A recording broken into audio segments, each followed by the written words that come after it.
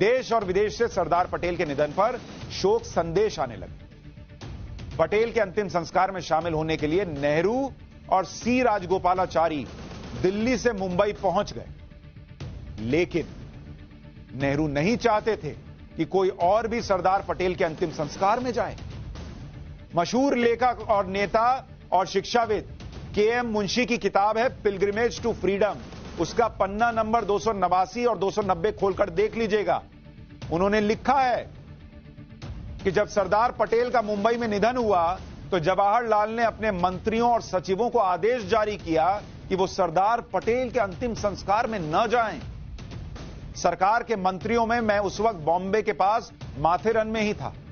N V Gadgil, Satyanarayan Sinha, VP Menon ने नेहरू के आदेश को नहीं माना और अंतिम संस्कार में शामिल हुए। अंतिम संस्कार में जाने से रोक रहे थे। जवाहरलाल नेहरू ने राष्ट्रपति राजेंद्र प्रसाद से भी मुंबई न जाने का निवेदन किया। यह बहुत हैरान करने वाला था, लेकिन राजेंद्र प्रसाद ने भी उनकी बात नहीं मानी। के.एम. मुंशी ने अपनी इसी किताब में लिखा है कि नेहरू का मानना था कि राष्ट्रपति को किसी कैबिनेट मंत्री की अंत्येष्टि में हिस्सा नहीं लेना चाहिए, इससे गलत परंपरा शुरू हो जाएगी। क्या पटेल सिर्फ कैबिनेट मंत्री थे? इस देश के लिए उनका इतना बड़ा योगदान और राजेंद्र प्रसाद को नहीं जाना चाहिए था, लेकिन नेहरू रोक रहे थे। हालांकि अच्छी बात यह है कि राजेंद्र प्रसाद वहां गए और सी राजगोपालाचारी और राजेंद्र प्रसाद ने वहां पटेल की चिता के पास भाषण भी दिया, जिसमें राजेंद्र प्रसाद ने कहा कि सरदार के शरीर को अग्नि जला तो रही है, लेकिन उनकी प्रसिद्धि को दुनिया की कोई अग्नि जला नहीं सकती। सरदार पटेल के करीबी रहे वीपी मेनन के साथ काफी अरसे तक काम करने वाले ब्यूरोक्रेट एम.के. नायर ने अपनी किताब the story of an era told without ill will में लिखा है कि जैसे ही नेहरू को पटेल के निधन के बारे में पता चला, नेहरू ने 2 सरकारी नोट गृह मंत्रालय को भिजवाए। ये नोट वीपी मेनन के पास पहुंचे तो उस वक्त गृह मंत्रालय के सचिव थे वो। पहले नोट में नेहरू ने मेनन से कहा था कि सरदार पटेल जो सरकारी कैडिलैक कार इस्तेमाल कर रहे थे, वो अगली ही सुबह विदेश मंत्रालय को भेज दी जाए।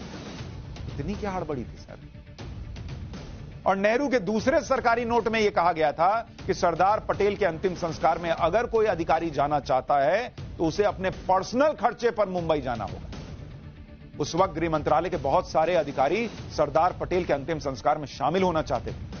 बाद में गृह सचिव मेनन ने सभी को एक साथ बुलाया और करीब 12 अधिकारियों को अपने खर्चे पर मुंबई लेकर गए। जब नेहरू को यह बात पता चली तो वो मेनन से बहुत चिढ़ गए। वो लिख रहे हैं, किताब में लिख रहे हैं, बॉस, सरदार पटेल की अंत्येष्टि में लोग ना चाहें, ये क्या सोच है भाई? मैं तो समझ ही नहीं पा रहा। इतना दुख होता है सुनकर और गुस्सा भी आता है। सोचिए, ये सब नेहरू उस नेता के निधन पर कर रहे थे जो देश के गृह मंत्री नहीं, डिप्टी पीएम भी थे और देश के सबसे मजबूत और लोकप्रिय नेताओं में एक थे।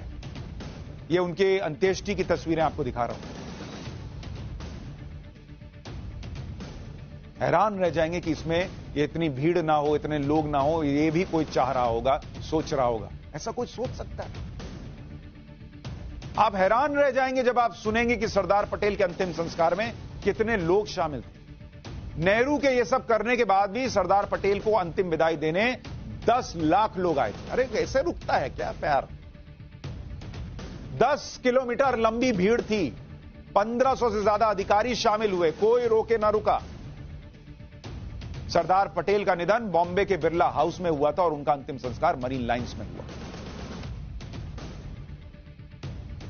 लेकिन यह इतिहास का वो पन्ना है जो बहुत लोग नहीं जानते।